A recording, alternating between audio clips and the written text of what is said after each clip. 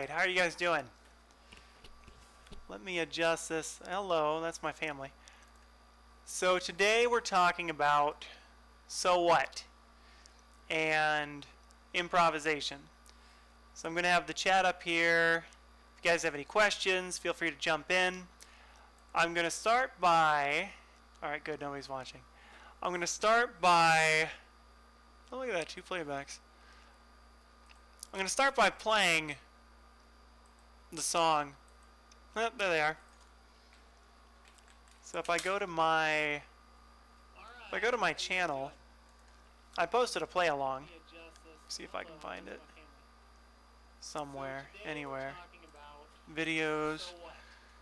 I posted it under So What Play Along Improv Practice. So these are the changes here for you. Why did I have 11? If I play this, let me hear.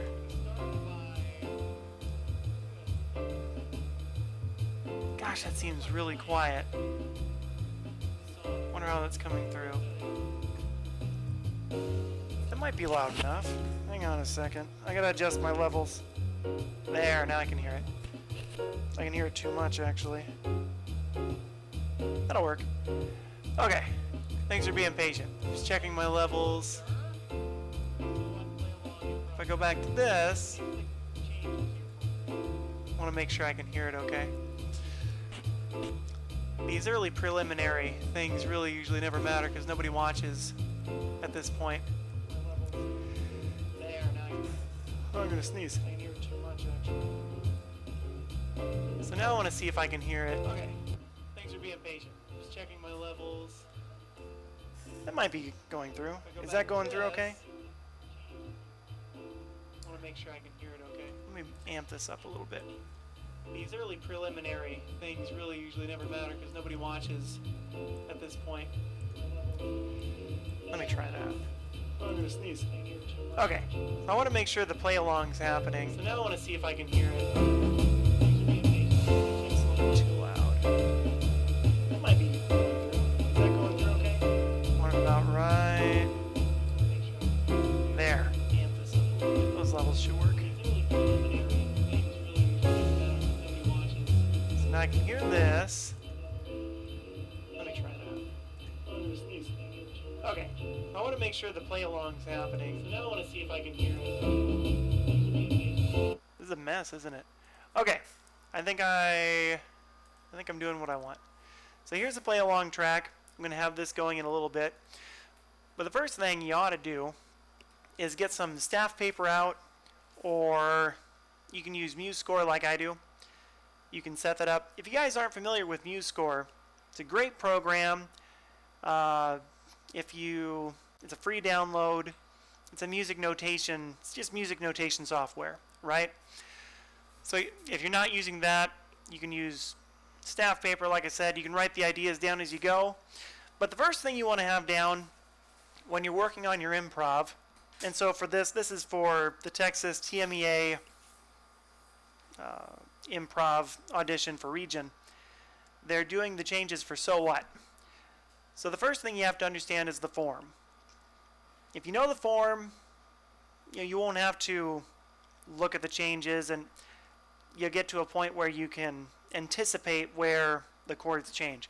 So for the first thing, when you're looking at the form, when you're listening to the song, you want to think through the form. There's 16 measures of the E minor 7. There's 8 measures of F minor 7, and then it changes back to 8 more measures of the E minor 7. This is really important so you don't get lost, okay? You don't want to get lost. The good news is with a form like this, if you do get lost, it's pretty obvious to hear where the F7 comes in, the F minor 7, and then when E minor 7 comes in. So it's easy to get back on track. It's a really great tune to practice. If you're learning improv, if you're just learning the tune, it's not super difficult. So I'm going to turn on the track, and you can find this track here. You can find this track all over the place if you just YouTube So What Play Along. The only thing I'm not going to do here, which I recommend you do, is listen to the original recording. Listen to Miles Davis So What. It's on his Kinda Blue album. And just listen to it over and over and over again until you can sing back the melody, until you can sing back his solo. You want to have all that down. I did another video where I went through and transcribed part of his solo and talked about how to transcribe solos. But that got taken down for copyright reasons. That's the reason I'm not using the original right now. Okay. So, first thing I recommend that you do is just listen through the form one time through. So here's what we'll do, and we can keep track of the chord changes. You can keep track here, but it might be a little bit easier to see on the Muse score. 2, 2, 3, 4, 3, 2, 3, 4, 4, 2, 3, 4, 6, 7, 8, 1, 2. You can think in 8-measure phrases. You can think 4-4-measure phrases. That's fine. Listen for the change coming up. Here it is. There. 2, 3, 4, 5, 6, 7, 8. Next change, back to E minor 7. There we go. Another one. We're almost to the end. Listen to the drums. Okay, they give you a little cymbal crash when they went back to the beginning, but there you can hear the form, and you can hear when the chords change, and that's important. Let me look again real quick. There we go. Another one. That's good. Okay, I like the level. That will work. So the next thing you can do, and this is especially good, I like doing this when I'm warming up, is I'll play the root. It's just like doing a long tone exercise. And since I haven't warmed up since this afternoon, I just got back in the house. I was out playing soccer with the kids, and I won, if you are curious. So I'm going to play, and do this too, if you can just follow along for right now. Get your trumpet out. I'll wait. Not very long, but get your trumpet out and try playing along with this. Because again, the most important thing is knowing the form, and then using this next exercise to hear the form. Okay, you want to hear the form as these chord changes change. Yes, that's exactly what I wanted to say. All right, so that's what I'm going to do. I'm going to turn the play along, and I'm going to play along. And you, please, play along. If you don't, just listening to it is enough to sort of get it down. But I'm just going to play what's called the root. Okay? The root, like in this E minor 7 chord, this 16 I wrote just because there's 16 measures until you get to the next chord change, where there's 8. That explains that. So the E in an E minor 7 is the root. So I'm playing E, the first note in that chord. What a beautiful sound on this horrible microphone.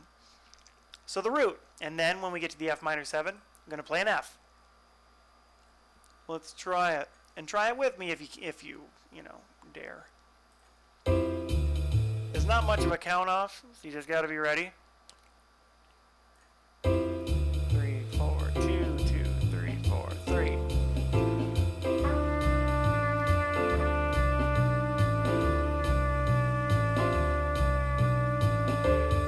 Next set of 8. Still on E minor 7.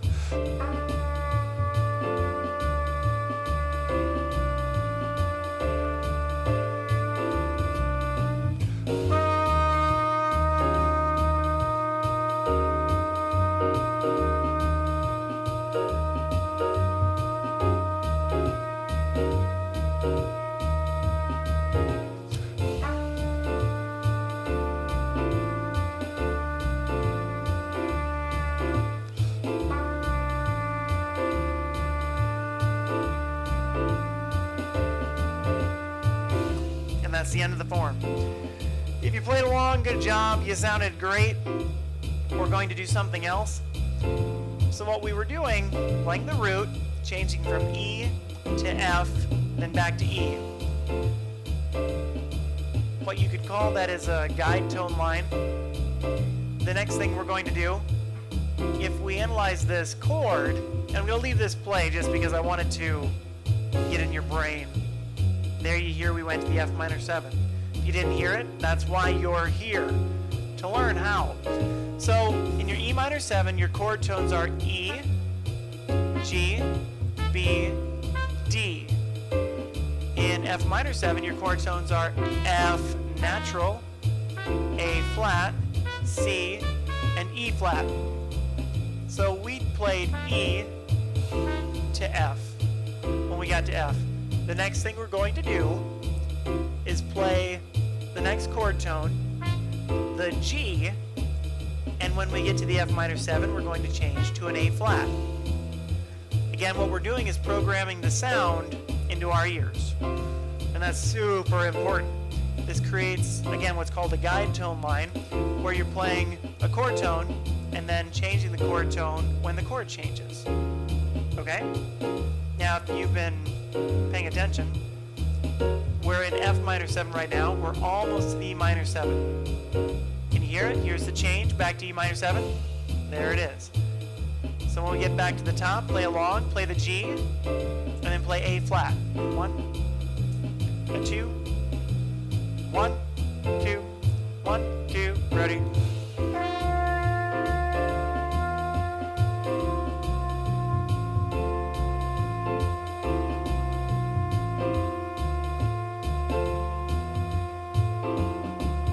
More.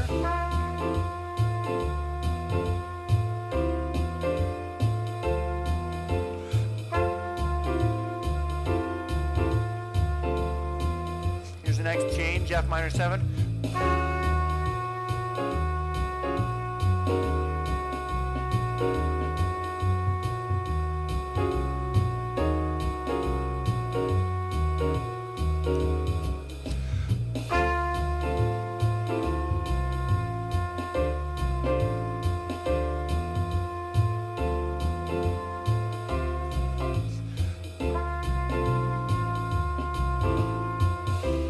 Top of the form again.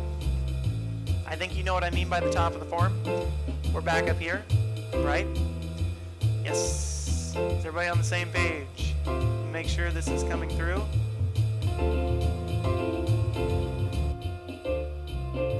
Yeah, I think that'll work. No, stay loud. So play along. Those are the chord tones. Next chord we're going to do is what's called the fifth. This is the third chord tone. I'll bet you can't guess why they call this the fifth. Well, I'll tell you. In your E minor 7 scale, and by E minor 7 scale I mean your E minor Dorian scale. By your E minor Dorian scale I mean if you take your D scale, concert C, and you start on the second note, which is E, and you play up to the next E. Not that, the higher one. That's the Dorian mode. So the Dorian scale, let me say it a different way, is going to be these notes. E, F sharp, G, A, B, C sharp, D, E. Now, this scale shares the exact same key signature as this scale. Right? So if you've learned anything about modes, or if you don't know what modes are, let me explain it just real basic. This is your major scale. Starts on D.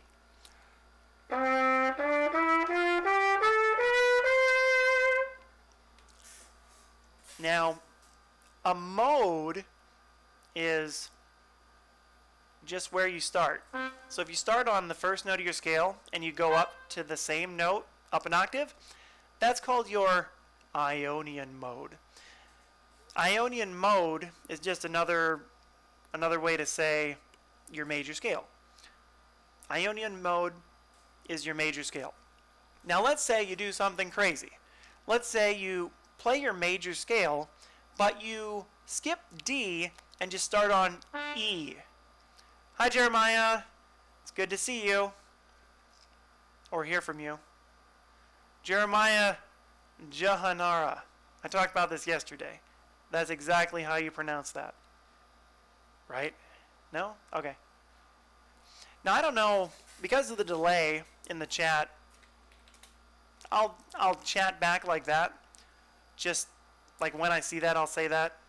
Because of the delay, I'll probably see it. You'll probably hear me talking about your whatever you say a little bit later. That's all right. So, mode. The next mode is called the Dorian mode.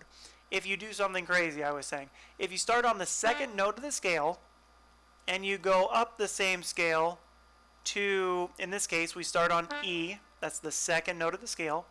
And we go up to the next E. This is called your Dorian mode. Why? I don't know. That's just what they... Dorian probably is Latin for something. But anyway, I want to make this very, very clear, very obvious, because I want you to know what I'm talking about. Why do I want you to know what I'm talking about? I don't know. That's just the mood I'm in right now. 4, 5, 6, 7, 8. So I'm numbering the notes. D is the first note, E is the second note, F is the third. The Dorian mode is when you start on the second note of the major scale that you're in, and you go up to the same note. So here's the second note of your major scale, E, and we go up that major scale to the next E. This is called your Dorian mode. Okay? Simple. Easy stuff. Dorian mode. Fantastic. So, this major scale that we labeled, I'm going to get rid of it. Well, I'll leave it there for a second, because now let me talk about your F minor 7 Dorian mode. So the key signature that your F minor scale is, the key that it's based on is this. Let me show you. This is the major scale that it's based on. E flat, F, G, A flat, B flat, C, D, E flat, C natural. So the chord, the key signature is kind of weird here, so it's going to look funny, but it's your major scale. Nothing to it. And if we label these, because why not?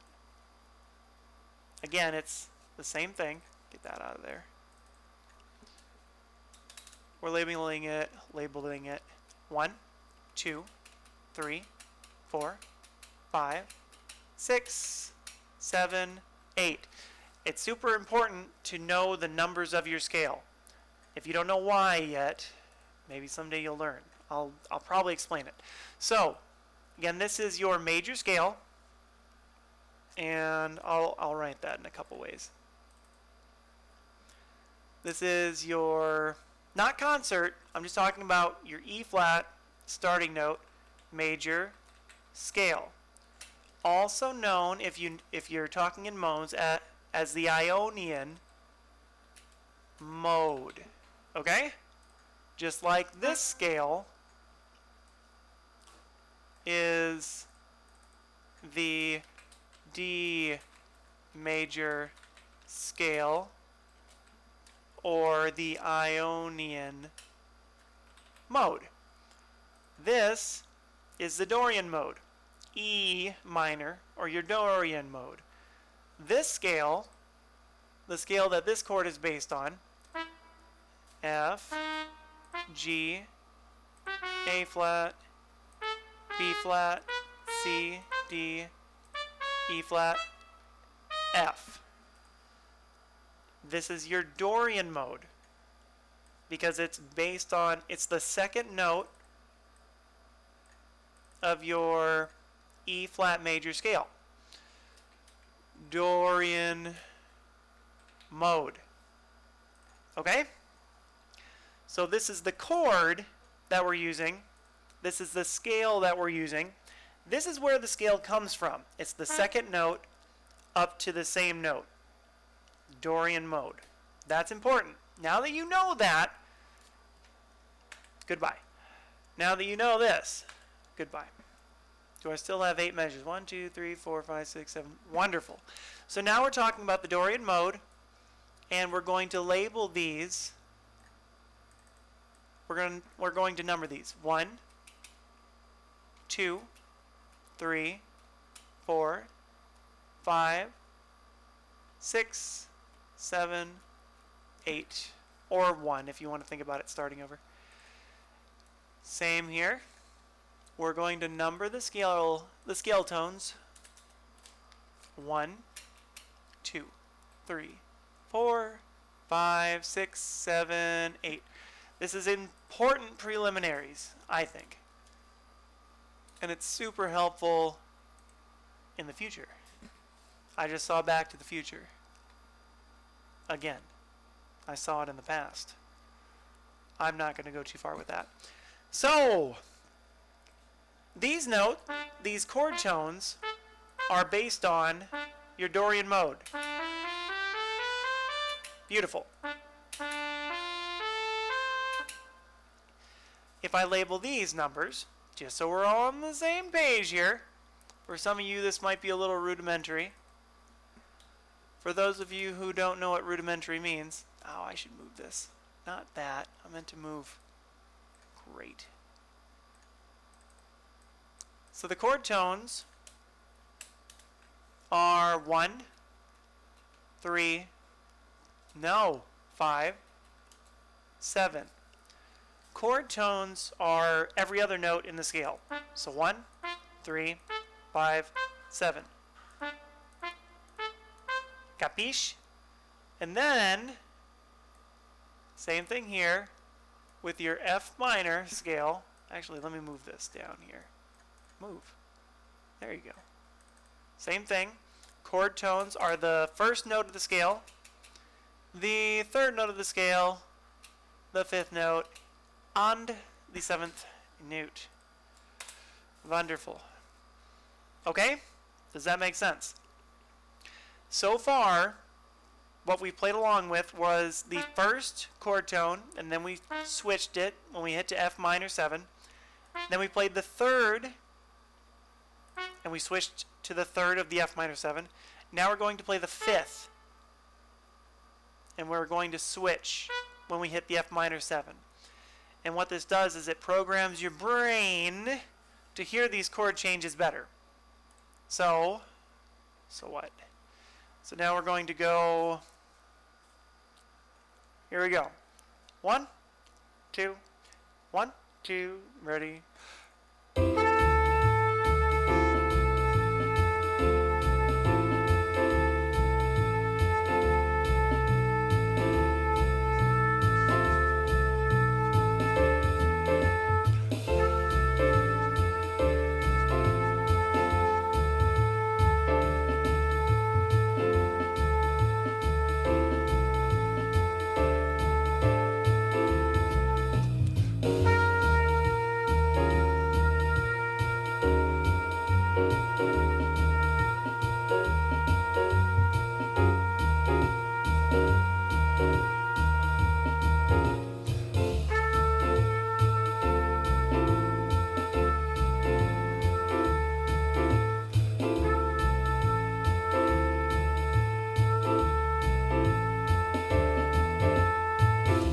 That's the form.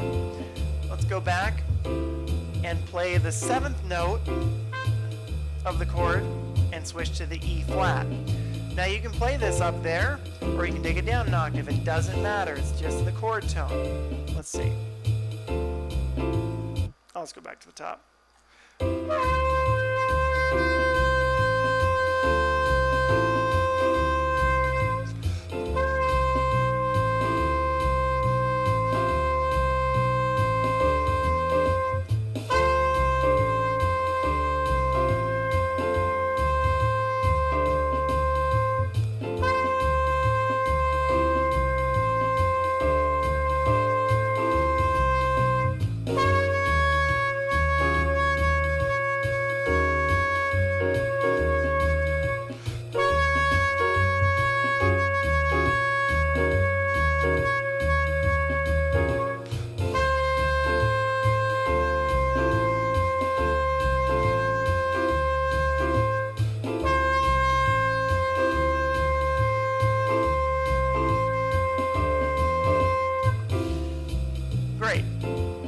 again, this is called a guide tone line.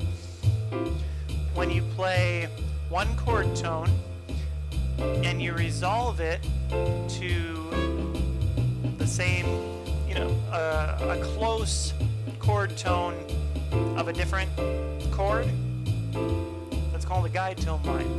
So here we're playing D for 16 measures, then we're playing E flat for 8 measures, and then we go back to D for 8 measures. I'm sorry. Yeah, the D for 8 measures.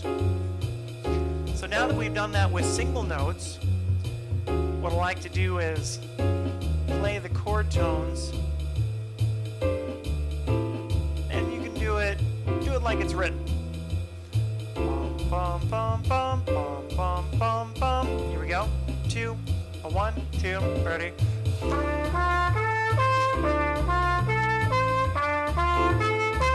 I'll rest for the 4th measure.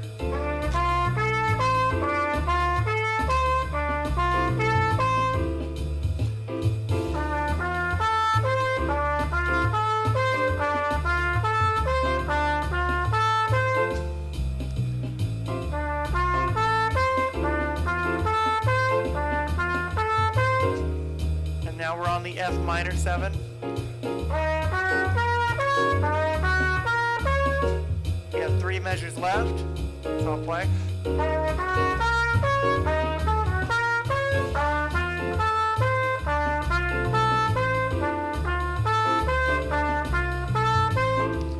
When you get comfortable with it, and maybe maybe that's pretty simple, start changing the rhythm up a little bit.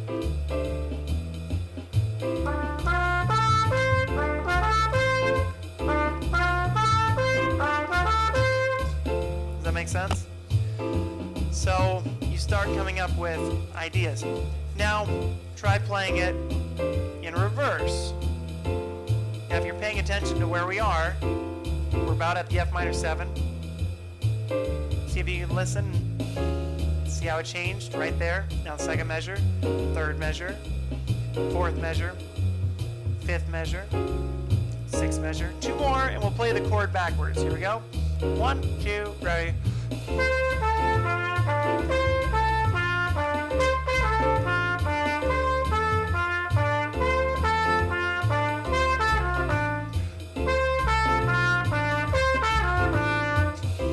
So after you play through the chords and changing in the right spot, of course, you play the chord up, you played the chord down, you've done the same in the F minor 7. Again, this is just training you to hear those chord tones and to hear them, eventually while you're improvising. You also hear how those chord tones resolve. Now, the next thing I want you to do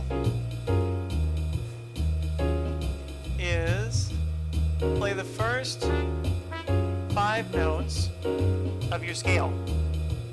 So in this case, let me do this. Let me write it like this. E, F sharp, G, A, B. Let's do it and do that for each measure. Start with 8th note.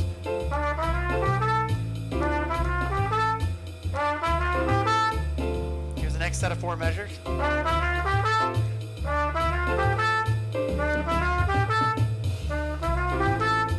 Right? And that can seem pretty trivial. That's probably pretty easy for a lot of you. But what it does to your ear, hearing the form, is the important thing. See there, you heard it went to the F minor 7. Last 4 measures. Now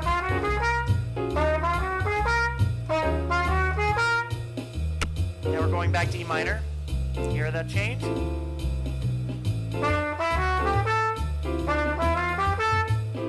And it's minor, not major. You should be able to hear that the major 3rd didn't sound good. So now I'm going to stop the play along real quick. No, let me leave it. Because if nothing else, you want to be able to hear when it goes back and forth. Because if I'm talking, I'm not paying attention to the chord changes that are going by. But I can definitely hear it when the F7 happens. So So let's listen to when, there it is, right there. The whole thing completely changes. Now we're in F7. And that's how you don't get lost when you're improvising. We're almost to the E minor 7, and then you got to start paying attention. Next one. So for this next set, we have 4 measures left. 2, 2, 3, 4. So let's pause it for a second. So we've gone through and we've done a couple things. We talked about the chord tones in both your E minor 7 and your F minor 7 chords. And that's it. It's just 2 chords. It's just 2 scales. There's not a whole lot that you have to learn.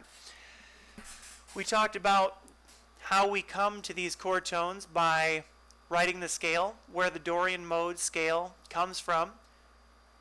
We talked about how the chord tones are extracted, the 1, 3, 5, 7 of this chord. So we've played through the chord up, we've played the chord going down, and we've done that in both keys. And we did that keeping time, playing with the play-along track. We also played the first 5 notes, and so we're starting to explore, I don't want to call them non-chord tones. Non-chord tones, the F sharp and the A, and how those sound. If you want to start adding creativity to your lesson, I recommend that you give yourself some sort of boundary, some limit. And for different people, this could mean different things. For the very, very beginners, you want to maybe limit yourself even more. So for the first 16 measures, try being as creative as you can with the first 2 notes. If you want to start with the first 3 notes because you're pretty familiar with this, that's fine. But start with the first 2 notes, and your entire goal in life is to not get lost. Your entire goal in life is to come in on this F minor 7 perfectly, okay?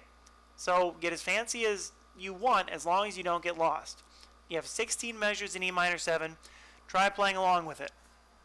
Okie doke, that's what I'm going to do. The first 2 chord tones, E and G, and then for the F minor, F and A flat.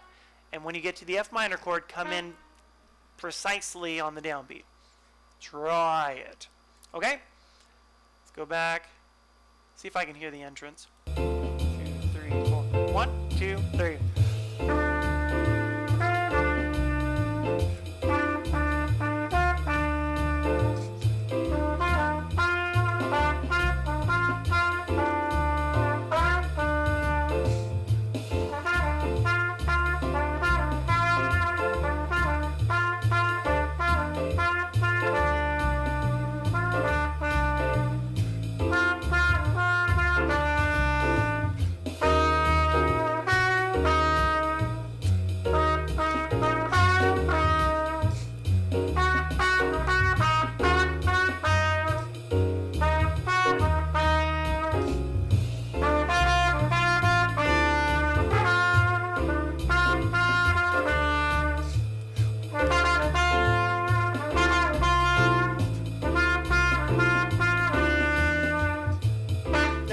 Top of the form. If you're playing along, how'd you do? Were you able to anticipate where the F minor 7 was coming in? Did you keep track of the time well enough to play the F on the downbeat? If you could, good. You can experiment further. If you can't, you might want to limit yourself. Okay? Here we're in F minor. You might just want to start with the first chord tone. Okay? This next time around, I'll show you what that would be like. And then, again, the idea is to try to be as creative as you possibly can be while still keeping the time. So you might have to simplify it more. So now I'm going to start with just an E and then play the F where I need it when the F minor comes. So we're on the 3rd measure, 4th measure of the top, 5th measure.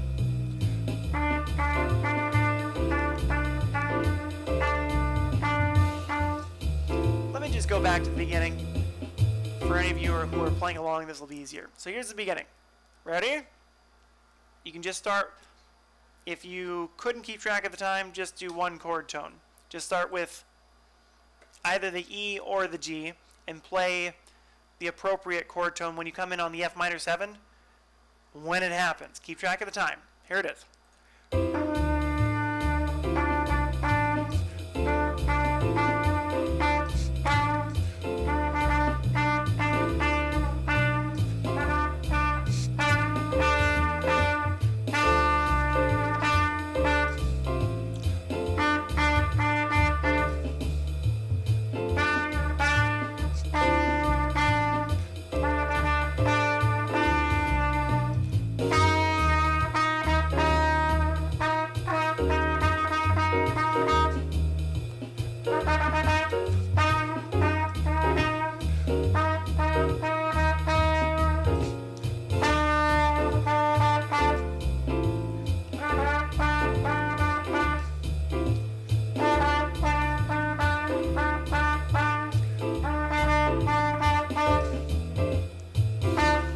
Okay, did you come in on the F minor correctly?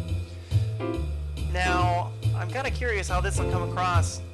Personally, I think the way it'll come across on the video, like what you guys are hearing, because there's a slight delay. Like I hear the sound, and then when I play the trumpet, there's a slight delay on the video, so it might not always line up, but when you're practicing, you know, do your best. There you heard the F minor 7. Now let's try doing 3 chord tones, okay? 3 chord tones. Listen for the E minor 7, E minor 7, next E minor 7, next one. Try the first 3 chord tones. So the E, G, and B. Be as creative as you can, but keep track of where you are.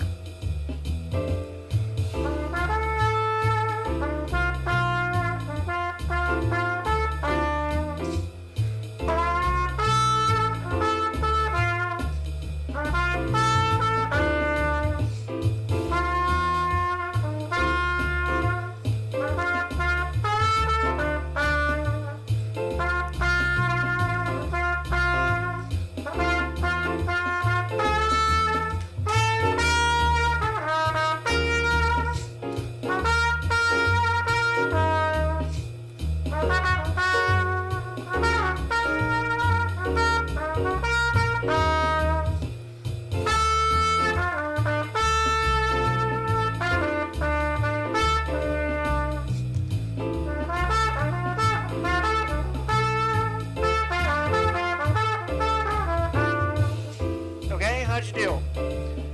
Again, the most important thing here is keeping track of time. You can be more creative or less creative. If you can't keep track of the time, be less creative. If you have to play quarter notes and quarter rests just to think through the time, that's fine.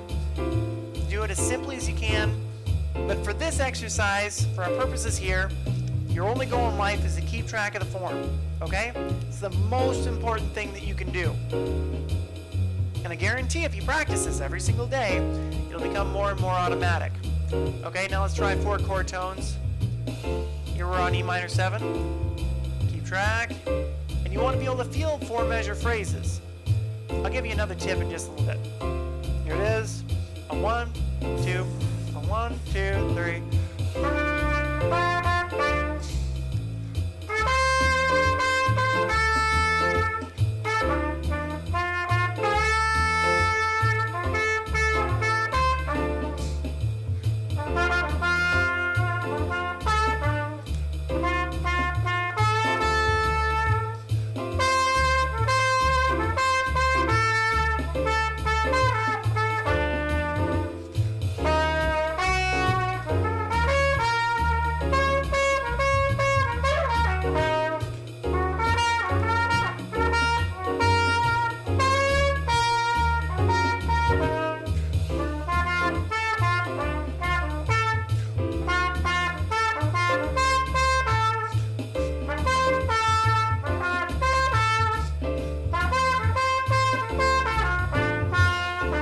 That's the top of the form.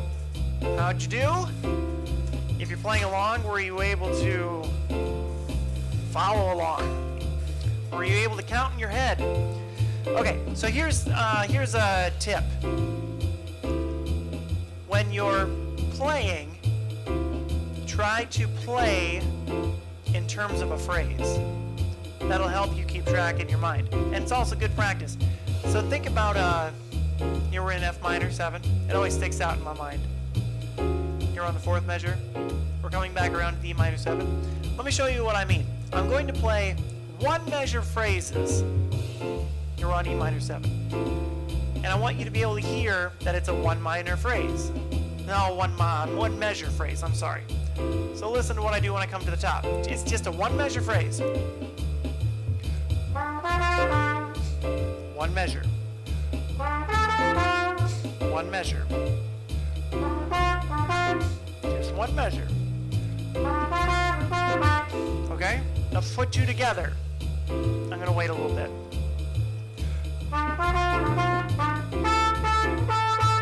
So now I take two one measure phrases and then I combine them and I get a two measure phrase. Okay? Let me show you another one measure phrase.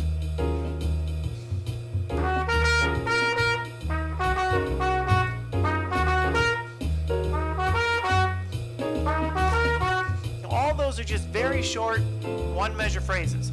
And if you do a one measure phrase and then maybe rest for a measure, that's one strategy for keeping your place. So let's try this. Next time around, play for one measure, rest for one measure. Okay, let me hear. I can't tell where the form went when I was talking. So let me just back it up. So play for a measure, rest for a measure. Try to keep track of where you are. You got 16 measures before you play an F minor 7. Okie doke. Let's try it. 2, 3, 4, 2, 2. Here it is. 4th measure.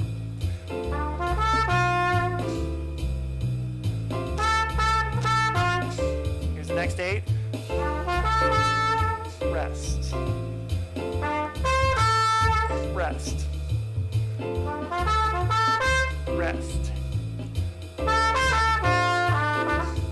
Rest. Rest. Rest. Rest. Rest. Rest. Rest. Rest. Rest. Okay? How'd that go? Was it easy to keep track of where you were? That should be helpful. Now coming back around, try doing two measure phrases. I'll give you an idea of what a two measure phrase might be like.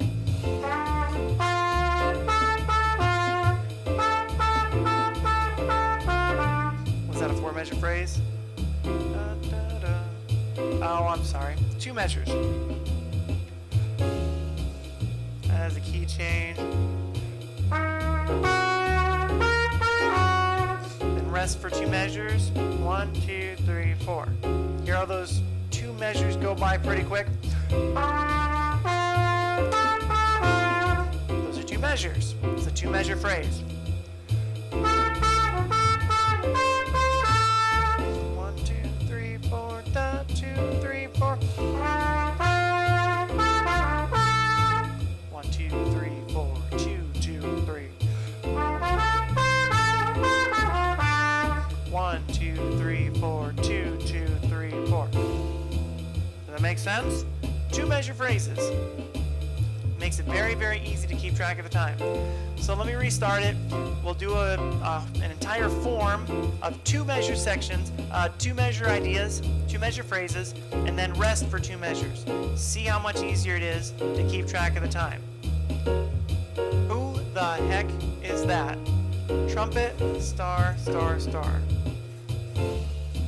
Is that 4 out of 5?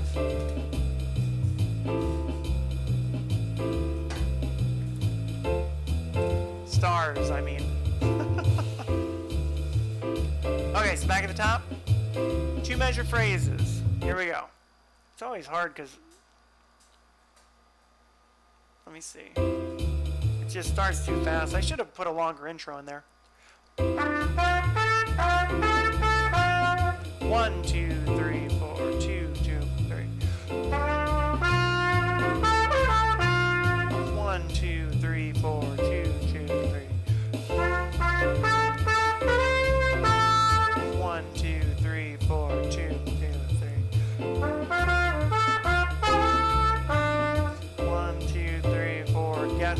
we are. 1, 2, 3, 4, 2, 2, 3. 1, 2, 3, 4. Guess where we are. 1, 2, 3, 4, 2, 2, 3. 1, 2, 3, 4, 2, 2. Ready, done. All right, now you could try going straight to 4 measure phrases, or you could try to do 3 measure phrases. A 3 measure phrase makes it sound fairly natural to. Oh, that's funny. It's a picture of. So let me try a 3 measure phrase. It goes back to the top. Oh, it's on an F minor 7. I should have heard that coming. Here we go. 1, 2, 3.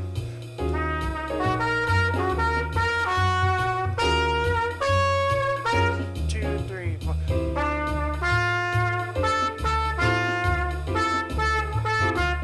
2, 3.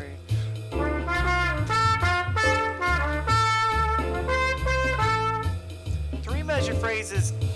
I don't know. Maybe they feel kind of awkward. Let me try a couple more.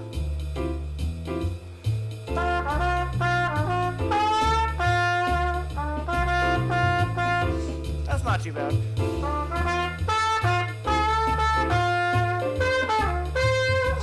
Oh, that sounds good.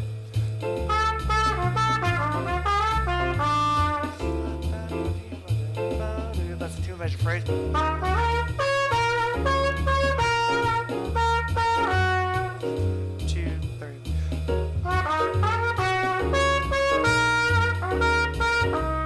1, 2, 3, 4. 1,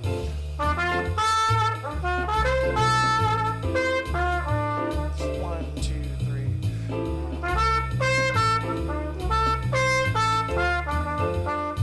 1, 2, 3, 4. Top of the form. Okay? Are you able to do 3 measure phrases? I admit my 3 measure phrases aren't quite as nice as my 2 measure phrases. After you do that, what you can try putting together are try putting together 2 1 measure phrases. Well, I mean that's sort of how you put together a 2 measure phrase. Try doing a 4 measure phrase.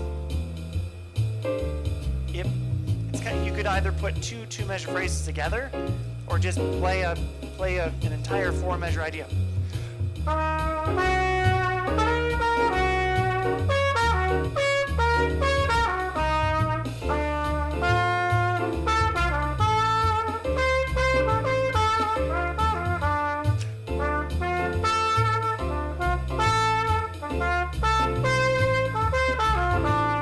Top of the form. Let me give you a 4 measure phrase, and then I'll rest for more 4 measures.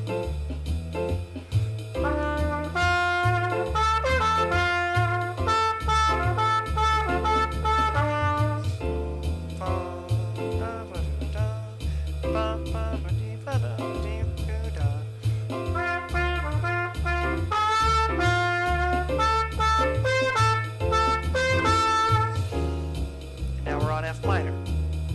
So I'll play a 4 measure phrase in F minor. And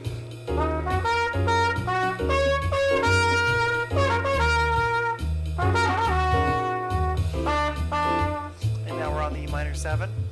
I'll do another 4 measure phrase, and that'll take us back to the top.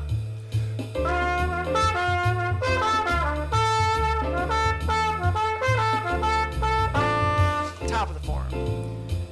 Alright, now again, I'm keeping this ultra simple. She didn't respond. Thanks a lot. So I'm keeping this as simple as I possibly can. We're just using, well, it could be more simple. Because you could do 1 note, 4 measure phrases, right?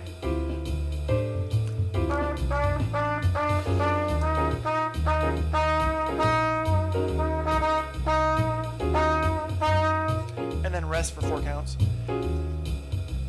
Now from here, try playing an entire,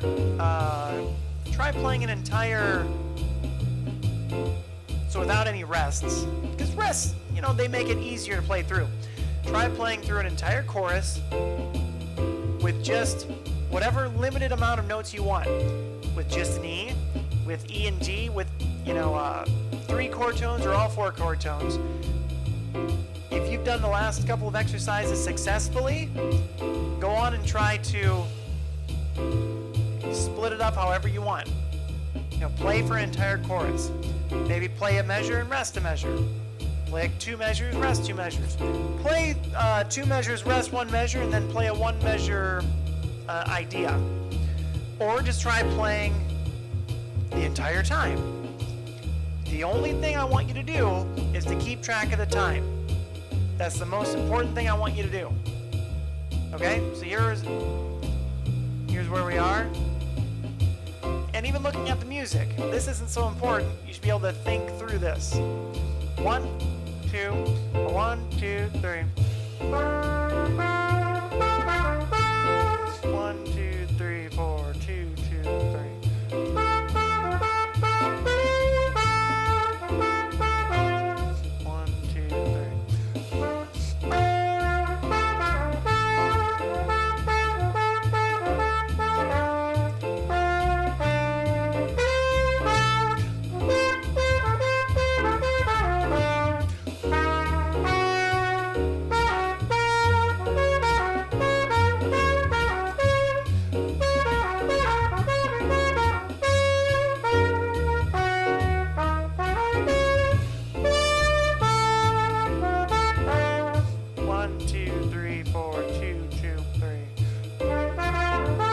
1, 2,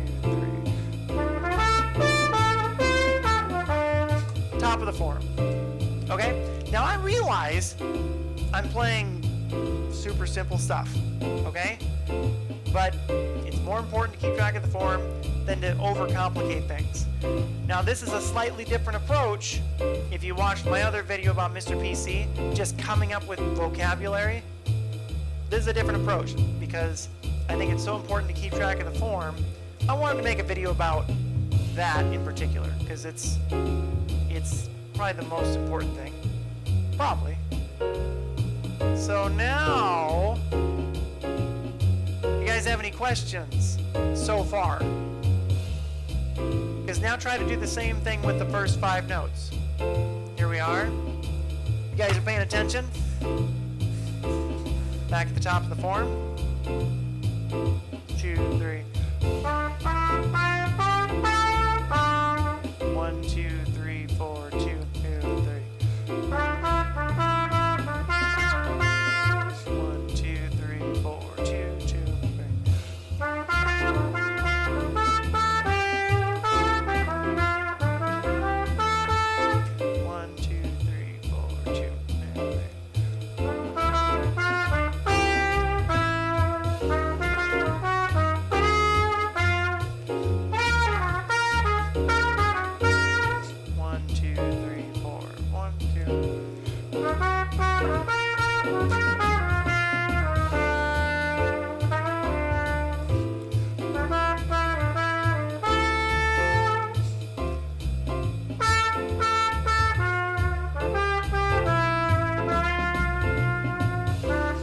Okay?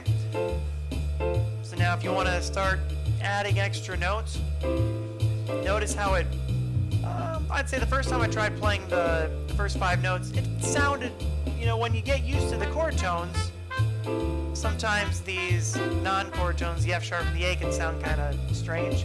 At least they did to me. So I had to kind of find ideas that made it work. And as you introduce more notes, you got to find ways of making those notes sound good. They don't always do it so automatically like the chord tones do.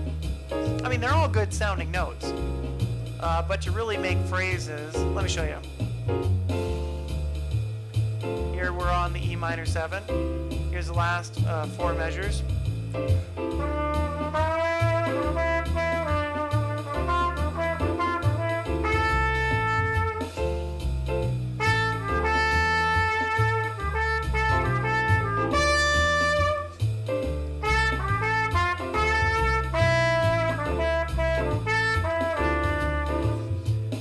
Those notes lead you to different places. And so it's important to, for example, a B leads your ear back home, oftentimes. Now we're in F minor 7, so let's talk in F minor 7. If you play the 2, a G, you know, you can go 2 different ways. That G wants to go somewhere. Now we're in E minor. Now we're talking about F sharp. How can we make that F sharp sound better?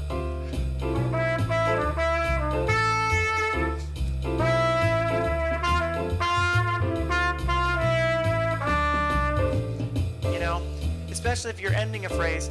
Now I don't like to end a phrase on the root unless I'm finishing it. Plus, it's just oftentimes it's just cooler a lot of times to not end on a root, or to play a root too often because it gives you the sound of an ending. The best thing to do is to listen to a lot of jazz music, and you'll be able to put these you'll put these ideas together better. Here we're in F minor.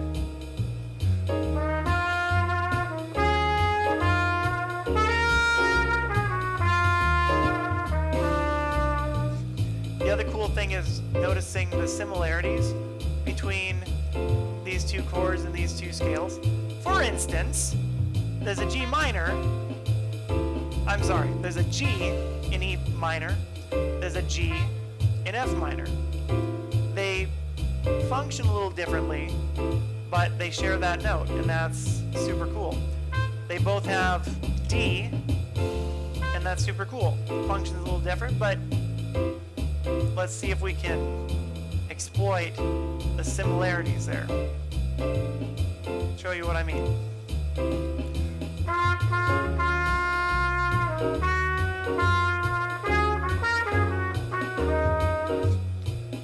So I might hang on to that E a little longer.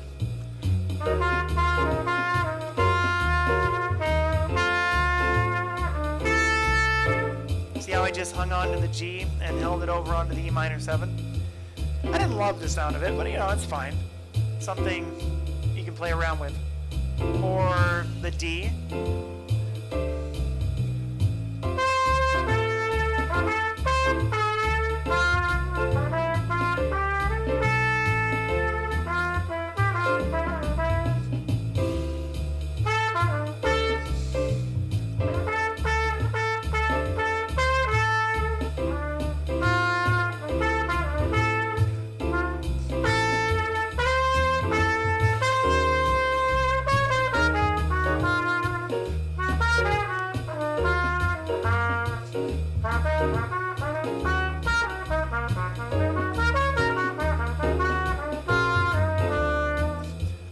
You can use that D and then you can move over to the F7. This is, if you get lost, these are 2 good notes to know about, because if you're playing any of the other notes, well, not any of the other notes, but almost any of the other notes, I could teach you how to. Well, all right, let me start with this. If you're playing a D, you're safe, let's say. If you get lost and you're playing a D and it happens to go to F minor 7, you're not going to accidentally play a bad sound if you're playing a D or a G. Like, those are safe notes, okay? They'll probably know that, like, it'll probably be obvious that you're not using it in a harmonic way or in a musical way, but they're safe notes and they're not bad sounds. So if you get lost, you could utilize those. Now, if you happen to be playing like the wrong chord tone, like let's say an E or a B, you can still get away with a little bit. Let me show you what I mean.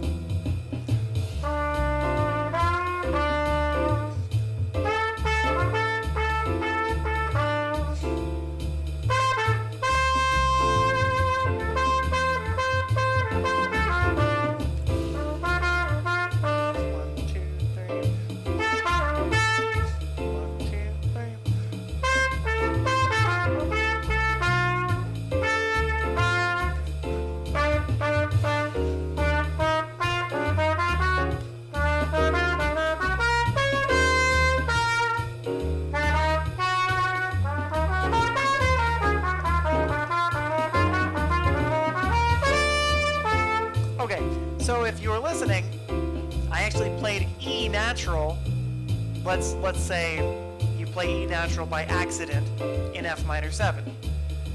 You can still use an E in F minor 7 as a leading tone to the F minor 7. You might not understand what I mean.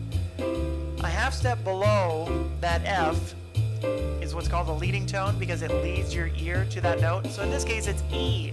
E is a half step below an F, and it leads your ear to an F. So if you accidentally play an E, just pretend you did it on purpose as a leading tone.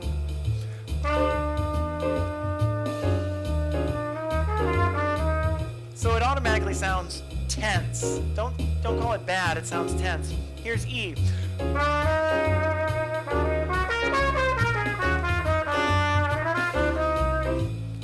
Oh, now what if you accidentally play too much F minor and you go to the E minor 7? Well, it doesn't sound very good. Because it's not in there. Now there are ways to play an F natural in E minor 7. Let's see if we can experiment with that.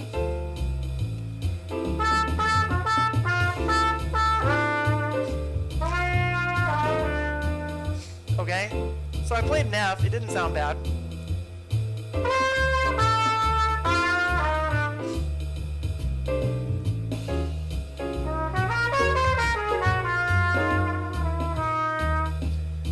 So playing a half step above any of these notes, you can do it. You can play any of the 12 notes technically, but you really have to study and do a lot of listening and do a lot of practicing to know what it ought to sound like and how to use it appropriately. So here's another F.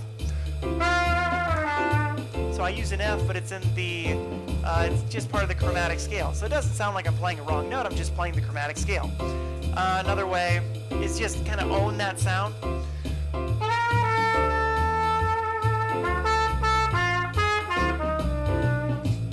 You know, just use it as a non-chord tone.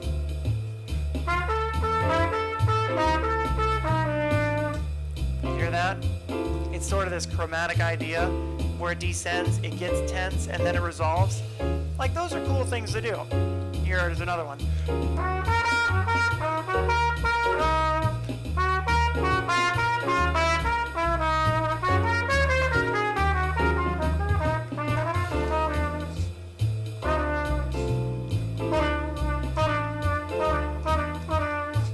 F is a wrong note, but you can make it interesting. B flat is a wrong note.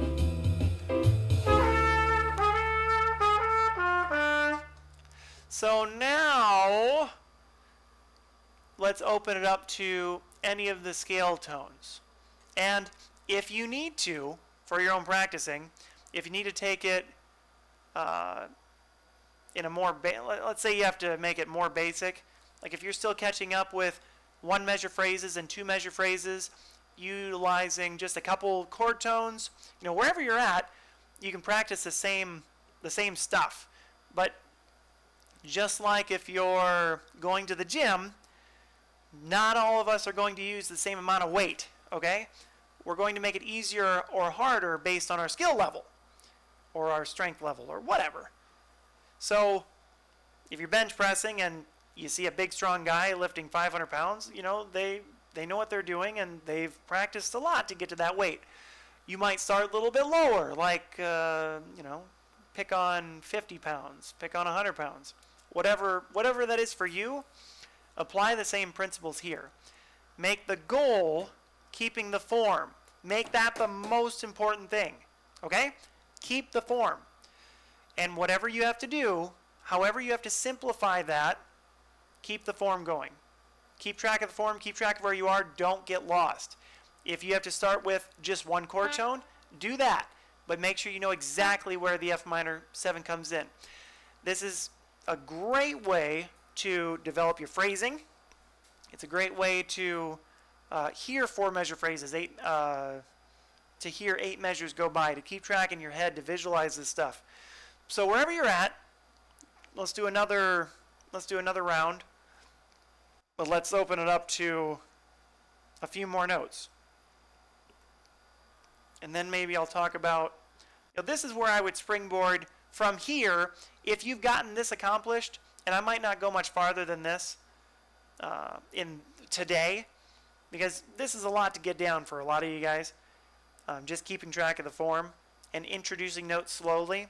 But let's use any chord tone. Let's use any scale note this time. If you've come this far, if you can do that, let's try that. So I might rest the first measure. 1,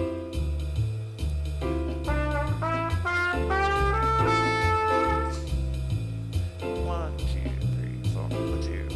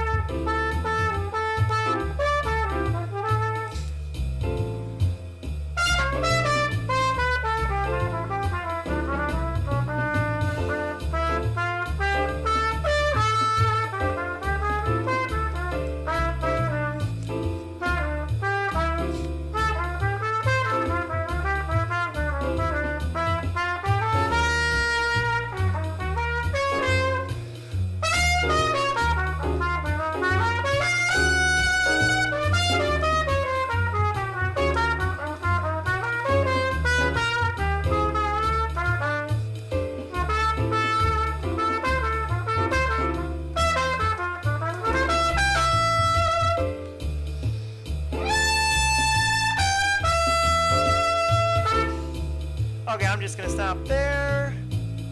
So we did a couple choruses. I think I got to the end of the second chorus. If you do get lost, and it does happen, you know, our brains are only human. Here's the F minor. No, I'm wrong. There's another 8 measures for F minor. I was trying to guess. I lost track when I was talking. It does become more natural. And again, everything I was doing was very much spontaneous. If it were just memorized licks, I would play.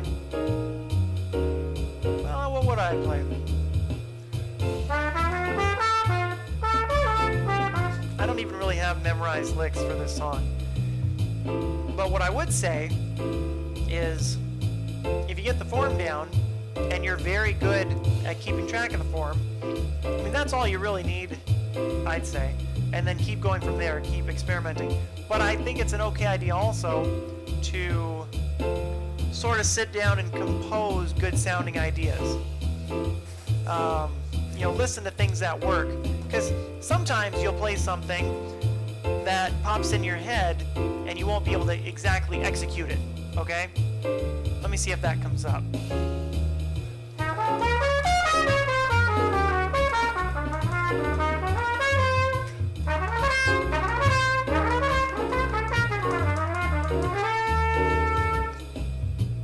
I got there too soon. So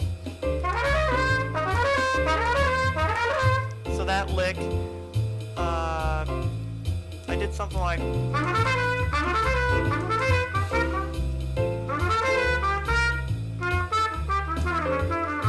So if you come up with something that doesn't quite come across, doesn't quite come out, just pause and figure out what you did. It was.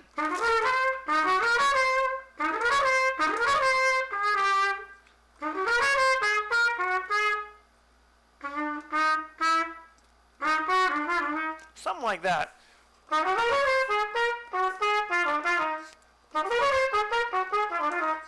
So I think that's what I was trying to play.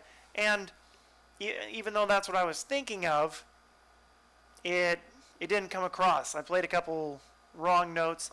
And that happens too. That's sort of part of the process. And that's a very honest thing for a jazz musician to do. Try to play something and then try to go for it and kind of stumble. but still maybe come out of it in a good way. Like, that's part of the excitement about improvisation. Just hearing somebody play it safe sometimes isn't quite, it's polished, but it's not as exciting. People love listening to Freddie Hubbard because he always played on the edge of messing up, but didn't, but he played on that edge. He wasn't, you gotta have, what do I want to say in front of younger people? You have to have courage, let's say. You have to be bold. You can't be afraid of playing wrong notes. You can't be afraid of trying to go for something. And you just got to practice your fingers off. And check out yesterday's video about playing fast, because that just, when your fingers are engaged the right way and you can play fast, these licks are going to take care of themselves. So, what was I playing?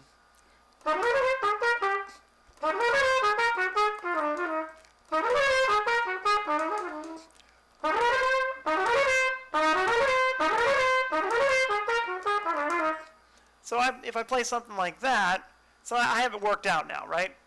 It's something that I went for, it didn't come across, polish it up a little bit, and I might go back and see if it comes out a little more naturally. That's a little bit borderline just playing a memorized lick, and it's okay to do some of that, but it's way better to have this sort of spontaneous thing going on.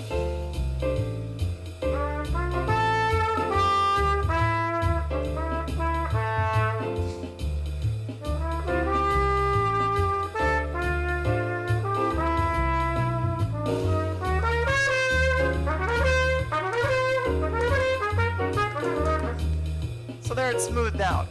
It's something that it was in my head anyway. I just didn't have the skill to execute it.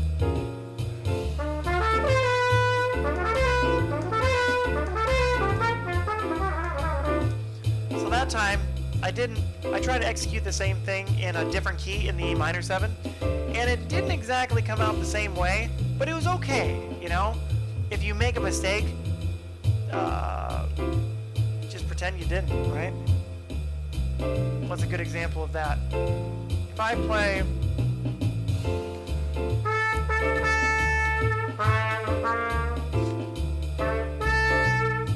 So C could be a mistake.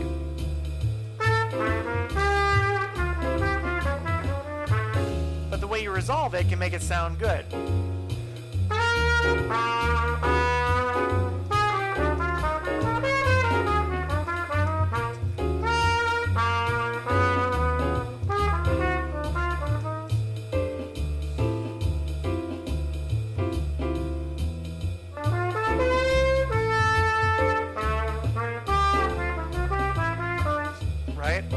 So non-chord tones, which I talked about a little bit earlier, like with the F, C is another one. Even though C, it's not so offensive. D sharp's a non-chord tone in E minor 7, but you can use it as a leading tone. We talked about leading tones. What's another note? Because I like to experiment with every one of these. The B flat we kind of talked about.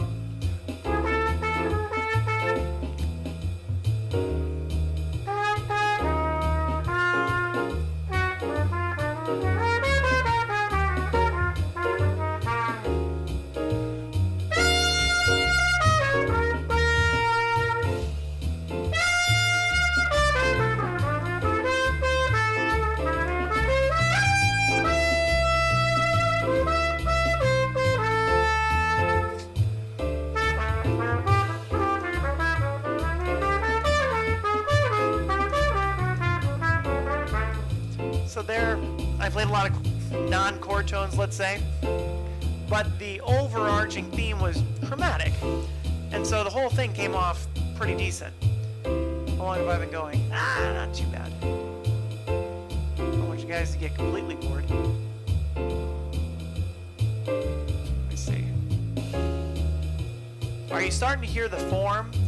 I mean, this is sort of I have this weird tendency when I practice to just kind of put out fires, play the emergency thing that I have to quick learn because maybe I put something off, or because so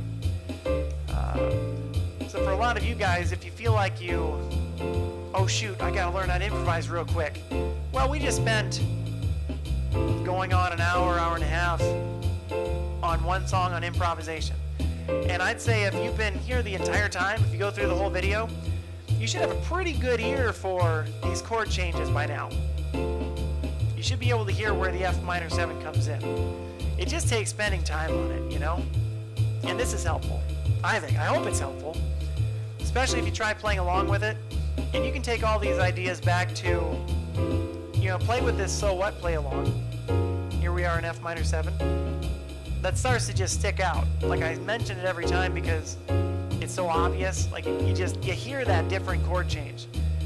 And it's not that some people have good ears, some people have bad ears. It's just trained ears or untrained ears. Either you taught yourself to know how to do it or you didn't. And if you do it, you'll be able to. If you never practice it, you won't. That's the only difference. You try to do it or you don't. And going through this video, if it doesn't sink in the first day, that's fine. Just try it again. You know, go through if not this play along, go through a different play along. If you're looking for this play along, it's on my channel. It's I think it's just So What play along. But there's other ones all over the place on YouTube. You can play with the original song, the Miles Davis So What, and that would be a great thing to play along with too. And then learning his solo, you know, learning some of his licks on there. You know, he just plays with chord tones sometimes too. What is that? Yeah, that's one of his licks. It's just chord tones. It's no big deal. I will say something again about non-chord tones. Since we talked about just about all the non-chord tones, another way to use a B flat in E minor 7 is as a bluesy sort of sound. Let me show you that.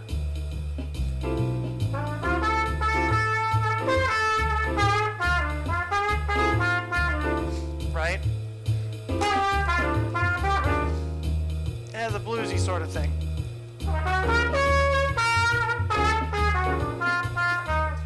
If you put that note in there. What was the other thing I was going to talk about? I'm trying to remember. There was something else. Oh, you could use a pentatonic scale and come up with some interesting ideas. I think I've talked about this before. This is an interesting collection of notes, let's say, to play around with. It simplifies things a little bit. There are a couple different things that you might do. So we have 1, 2, 3, 4, 5 notes. Here's another collection of notes that some people might use. Let's do... I prefer... Well, let's play around with these sounds a little bit. Make phrases out of it. Well, I should do the same thing over. So if I do copy, paste, let's do 1, 2, 3, 4, 5, 6. That's fine. Let's go. Let's do this.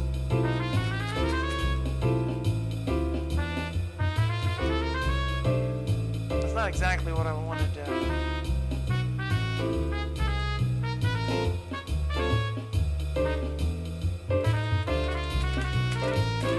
Okay, so these are the notes in their own keys. So here we are. Let me try and make phrases out of these, see if I can get the sound that I want.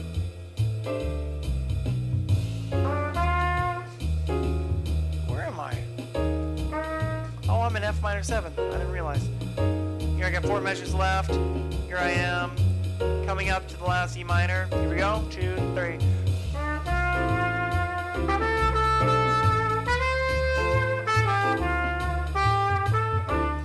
So you notice it's the same thing as just these chord tones with an A. Well, listen.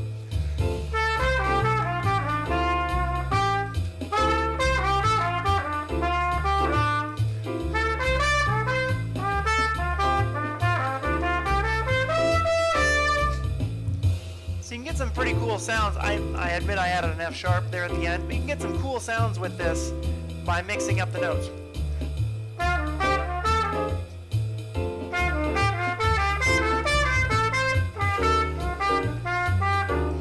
All on one F minor. So here in the other key,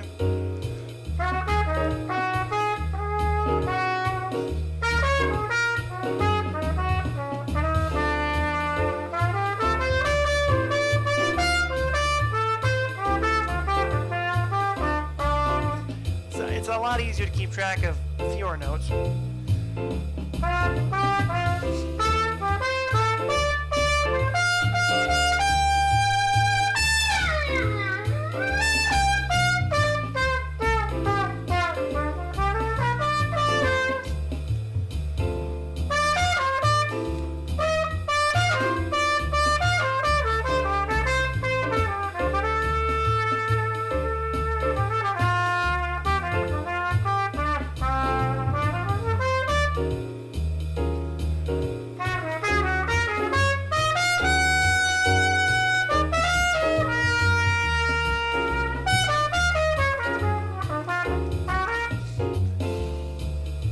And you can expand your range a little bit because the notes are so simple.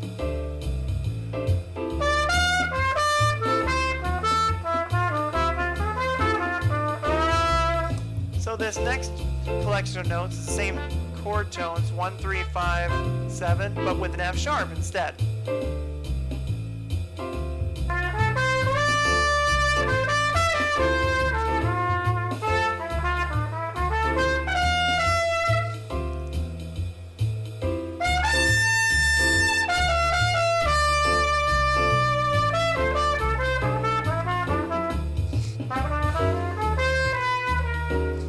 Change keys and I wasn't paying attention.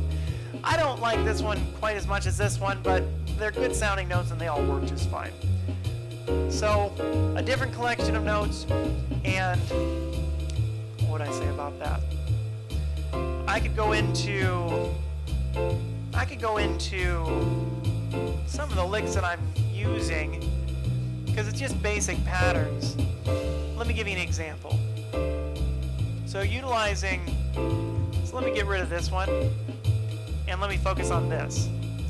So let me give you a very simple pattern that you can use. So we're using just these 5 notes. Check out this pattern. This is a winning pattern.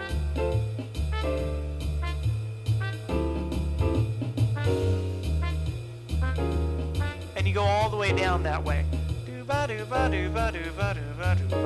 You can start as high as you want. You can change the rhythm. Let me show you. It's great. You can slow it down, speed it up. You can go quicker. So I did kind of a triplet feel there.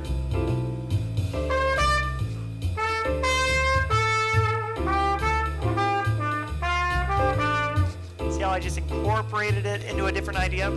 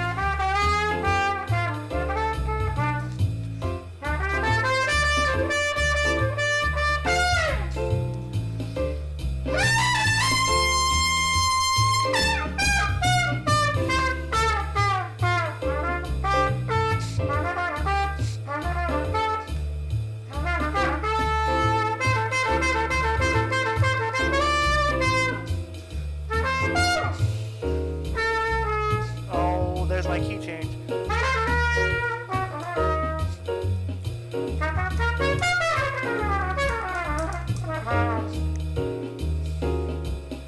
So there I'm just kind of going off a little bit with this one idea.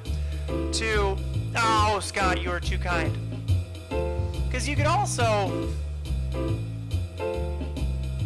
well, let me expand a little bit range-wise.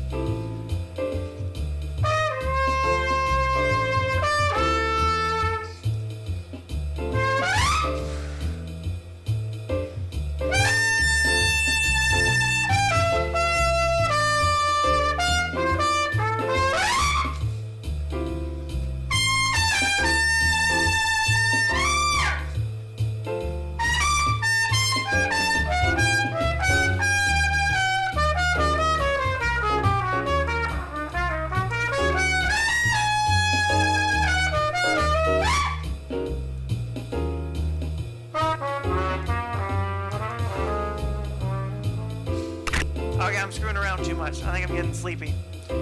So I hope that gives you some sort of idea how to start to approach this, how to begin putting some vocabulary together here at the end. But just start with the good sounding notes. Start with the first note, start with the chord tones, start with the scale tones. Slowly start, you can use this pentatonic scale. I'm trying to show you how to slowly put different ideas together.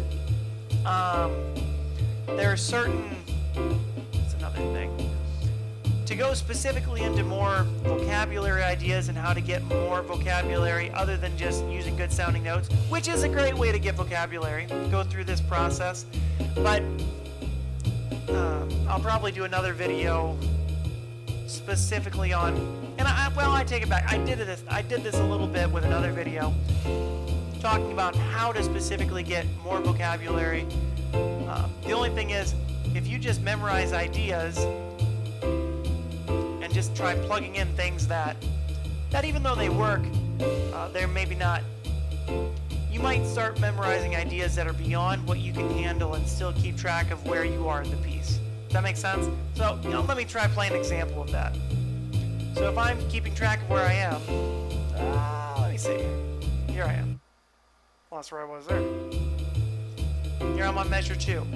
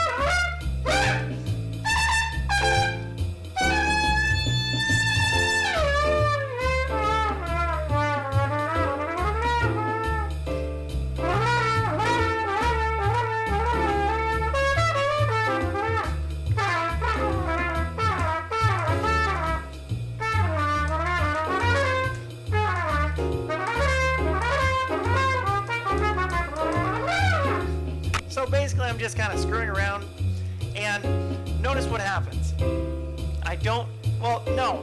See, this is how not to play. You don't want to just go through there and babble, right? All that was just trash. That's how I want you to think about it.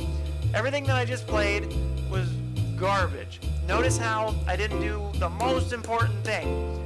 I didn't keep track of the chord changes. I didn't keep track of where I was. It wasn't a good solid solo. It was, okay, so I talked a little bit earlier about taking risks and playing with the edge of what you're capable of doing. And, thanks, Scott. It was, the way I would describe it is, you go over the edge. That's what I did. I went over the edge. I couldn't control what I was doing. I was just babbling. I think I hear my phone ringing. So, that's how I would describe that. I think you want to maintain a certain amount of control, and that changes. But let me try to give an example of that. Controlled chaos, let's say.